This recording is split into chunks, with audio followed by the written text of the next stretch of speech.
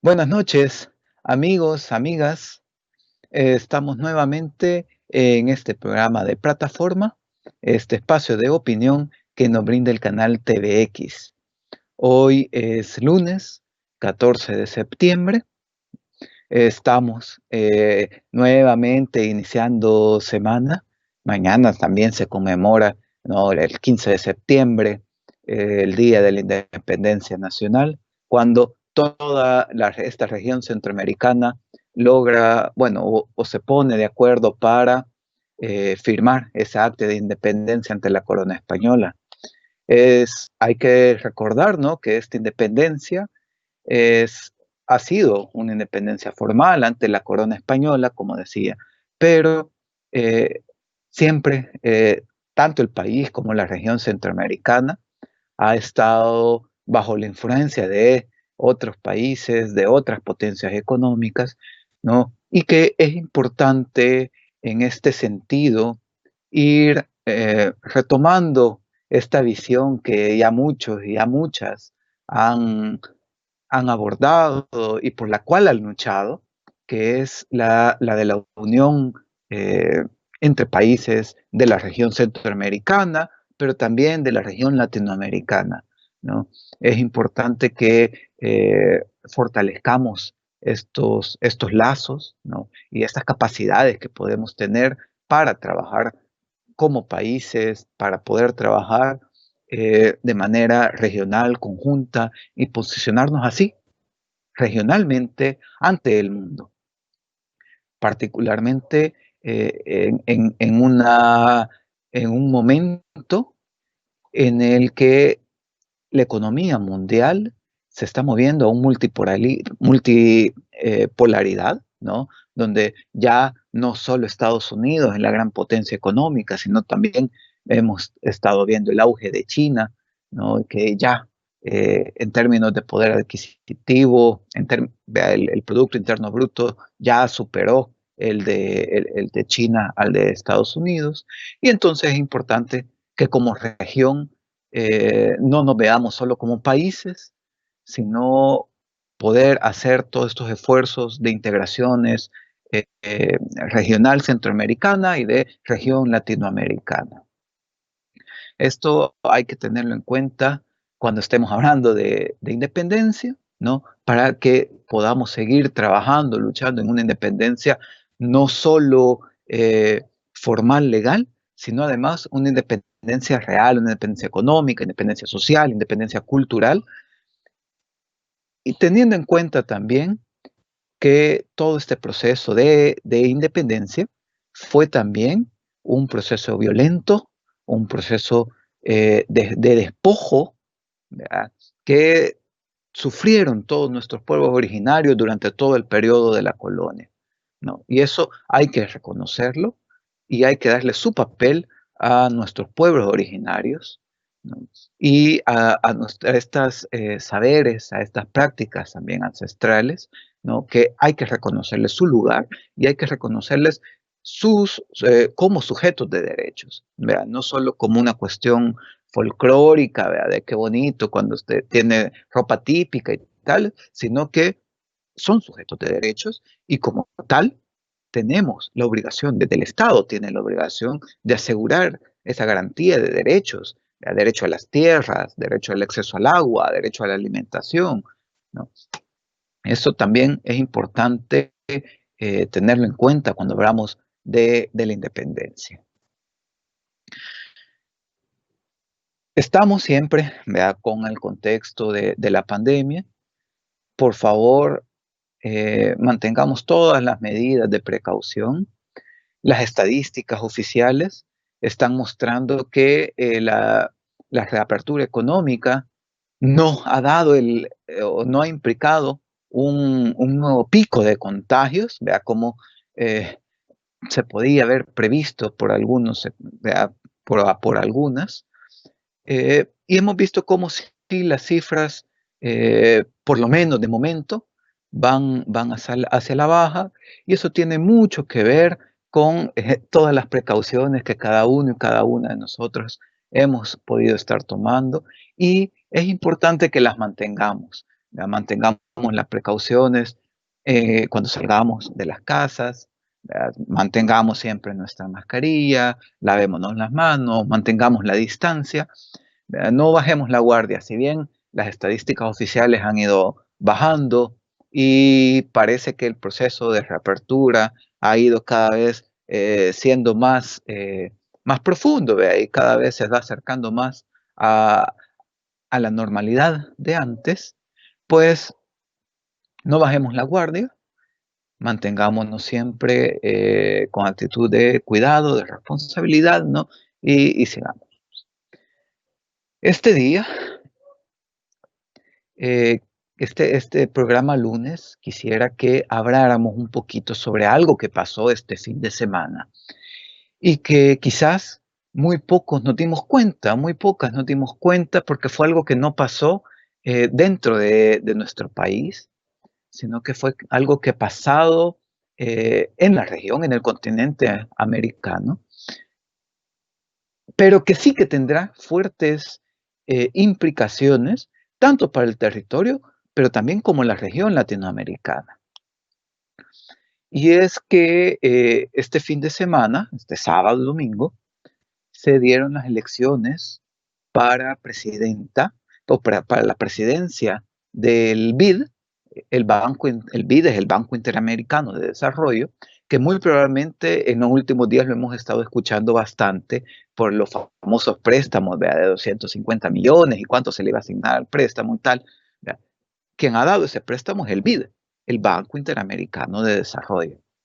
Pues este banco entró en un proceso de elecciones en julio, que cada 5 años se elige presidente de esa institución, y este año tocó, en medio de la pandemia, abrir ese proceso en julio de las elecciones del Banco Interamericano.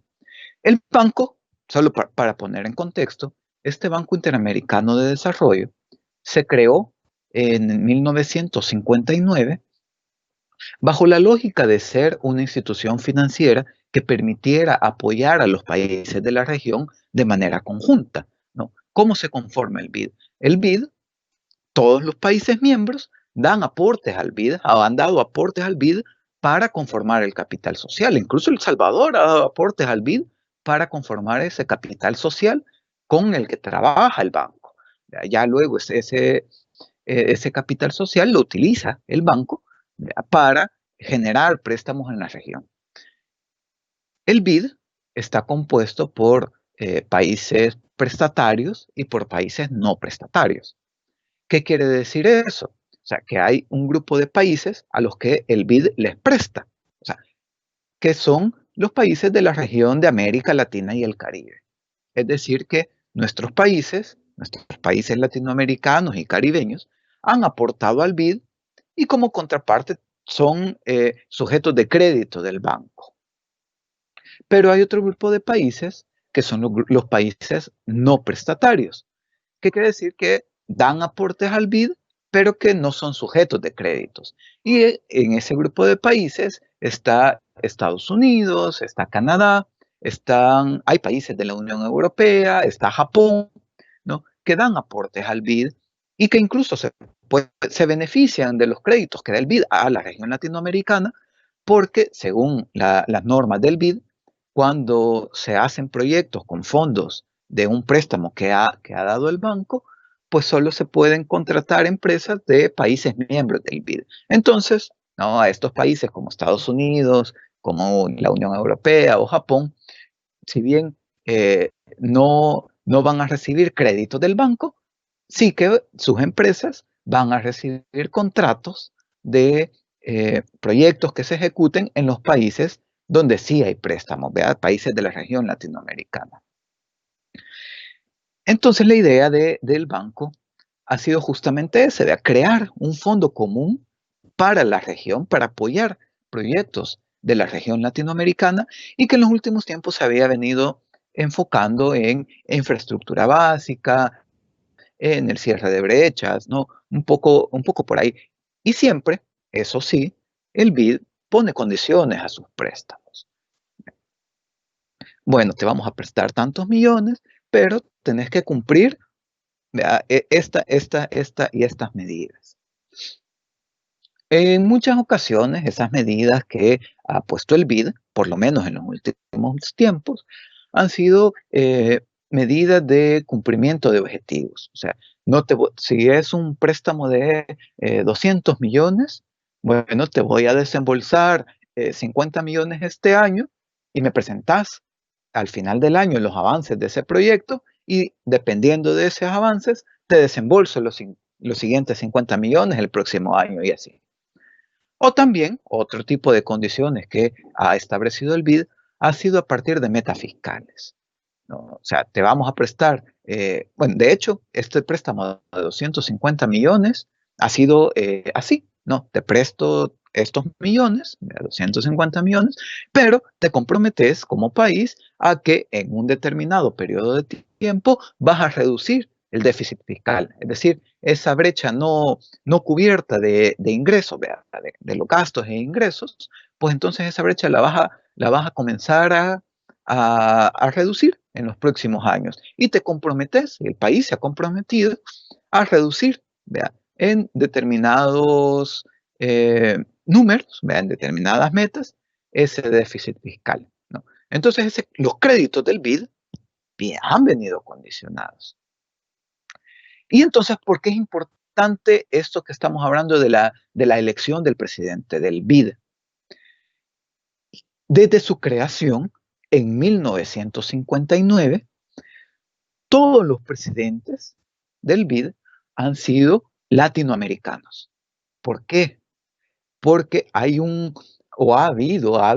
habido un consenso en la región en el que era importante que la cabeza de quien estuviera en esta institución que distribuía recursos o distribuye recursos, facilita recursos a proyectos de desarrollo en la región latinoamericana, fuera alguien que tenga la sensibilidad latinoamericana, ¿no? Entonces, por eso ha habido siempre un acuerdo tácito, ¿verdad?, entre los países miembros del BID en que el presidente o la presidencia iba a estar siempre a cargo de alguien de Latinoamérica y la vicepresidencia a cargo de alguien propuesto por los Estados Unidos, ¿no? Y este había venido siendo el acuerdo y la forma de funcionar del BID. ¿Qué pasa ahora?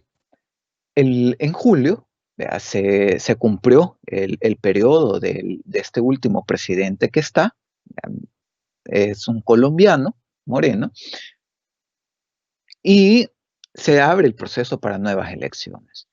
Este proceso cae en medio de toda la pandemia y entonces los países latinoamericanos en el momento de esta elección estaban enfocados en cada país en la atención de la emergencia, ¿no? Viendo cómo resolver la pandemia. Y buscan hacer un proceso de prórroga, ¿no? Que no sea en julio el proceso de elección, sino que se pudiera prorrogar al próximo año, ¿no? Para darle tiempo a los países de salir o poder atender mejor la emergencia, ¿verdad? Y luego enfocarse muy bien en la elección del BID, de la presidencia del BID. En ese estira y encoge estaban los países bueno, y en medio de esa solicitud de prórroga, también como medida también, ¿verdad?, se puso de candidata, o sea, estaba de candidata Laura Chinchilla de Costa Rica, expresidenta de Costa Rica, ¿no? Y eh, un candidato propuesto por Alberto Fernández de Argentina. Entonces, habían estos dos candidatos propuestos desde Latinoamérica para asumir la presidencia del BID. Sin embargo, en medio de la pandemia y en medio de esta solicitud de prórroga, los Estados Unidos, rompiendo ese acuerdo tácito de la distribución, de la dirección del BID, donde la presidencia es latinoamericana y la vicepresidencia es estadounidense, lanza un candidato a presidente del Banco Interamericano de Desarrollo, ¿no? Eh, y no lanza a cualquier candidato, lanza a Mauricio Claver Carón. ¿Quién es Mauricio Claver Carón? Mauricio Claver Carón es o ha sido el director para el hemisferio occidental del Consejo Nacional de Seguridad de los Estados Unidos en la administración de Donald Trump. Quiere decir que este candidato, esta persona que el gobierno de los Estados Unidos está proponiendo como candidato a presidente del BID, es el director del equipo que ha formulado la política exterior estadounidense de Donald Trump. ¿Verdad? Esa política exterior hostil hacia los países latinoamericanos, ¿verdad? Que son críticos eh, a, a la, a, al paradigma de Donald Trump, ¿no? De este capitalismo industrial nuevamente incisivo, violento, pues el director del hemisferio occidental, uno de los arquitectos de la política exterior de Donald Trump para Latinoamérica, es el que pone como candidato los Estados Unidos para la presidencia del BID, para la presidencia de este organismo que va a distribuir recursos en Latinoamérica. Y para que tengamos más o menos ya una idea de qué se puede ir planteando ante una victoria de este Mauricio Claver Carón, es que él, además de estar en este Consejo de Seguridad Nacional de los Estados Unidos, es además parte del equipo del Departamento del Tesoro y del Departamento de Comercio de los Estados Unidos, que se encarga de ver a qué países le han puesto sanciones económicas y financieras a los estados, ¿no? Por ejemplo, esta guerra que se había venido viendo entre Estados Unidos y China, ¿no? Donde se le ponen bloqueos a China y se han aumentado aranceles, y en la medida que China no cumple con estándares que los Estados Unidos quiere que cumpla, entonces le ponen mayores aranceles y se le bloquea acceso a ciertos mercados, o que se le ponen restricciones a países que tienen relaciones con China, se les ponen algunas restricciones económicas, financieras, ¿no? Entonces, ese tipo de acuerdos los ha visto este Mauricio Claver Carón. Este sábado fueron las elecciones del BID. El grupo de países latinoamericanos no logró que se pospusiera las elecciones, eh, y se dieron este fin de semana, sábado 12, Mauricio Claver Carón fue elegido presidente del BID ya oficialmente, y esto pone entonces a la región en una situación compleja, ¿no? La región latinoamericana está ahora en medio de este conflicto geopolítico que se está dando entre Estados Unidos y China, y ya la región latinoamericana había estado siendo receptora de grandes capitales chinos, ¿no? Sudamérica, gran parte de la inversión en infraestructura, en el desarrollo de puertos, aeropuertos, se había venido dando con inversión china, y eso es lo que ahora Estados Unidos, a través del BID, quiere también intervenir en la región. Tristemente, también esta jugada del gobierno de los Estados Unidos para imponer sus intereses en esta institución tuvo complicidad con algunos gobiernos latinoamericanos. Tuvo el apoyo de Duque de Colombia, tuvo el apoyo del gobierno golpista de Bolivia, de Yanín Núñez, ¿verdad? Tuvo el respaldo de Guaidó, ¿verdad? eh, y tuvo el respaldo, lastimosamente, también del gobierno de El Salvador a través de Nayib Bukele y la Cancillería del gobierno de El Salvador. Esto es darle la espalda a la región latinoamericana, y eso hay que tenerlo con cuidado. ¿vea? Sobre todo por lo que decíamos al inicio, de la importancia de enfocarnos como región. Estos juegos, estos manejos geopolíticos, tocará irlos viendo. Decimos, la región ha quedado en una situación compleja y tocará entonces ir viendo cómo se manejan estas situaciones en el transcurso del tiempo, particularmente después de las elecciones estadounidenses, y los impactos que podrá tener en la región. Y aquí estaremos también para poderlos ir analizando en la medida que vayan pasando. Un saludo, amigos, amigas, un abrazo, buenas noches.